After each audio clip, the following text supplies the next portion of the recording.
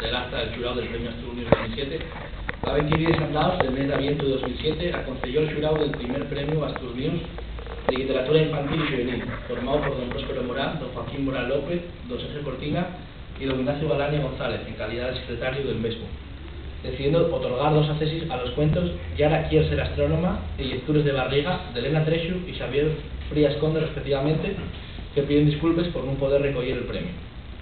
Del mismo concello, el xurau del Premio Asturias 2007 decide otorgar el galardón exequo a los cuentos Les noches azules de Yúnada y Una historia de fantasmas de Nicolás V. Bardio y Abel Martínez González, respectivamente.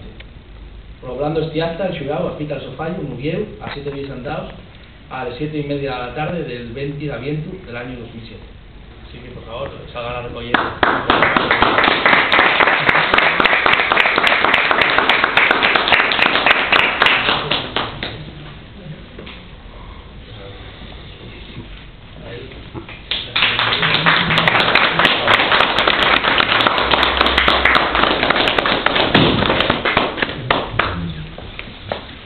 Y ahora, si vos parece, porque eso es lo que a veces se suele hacer.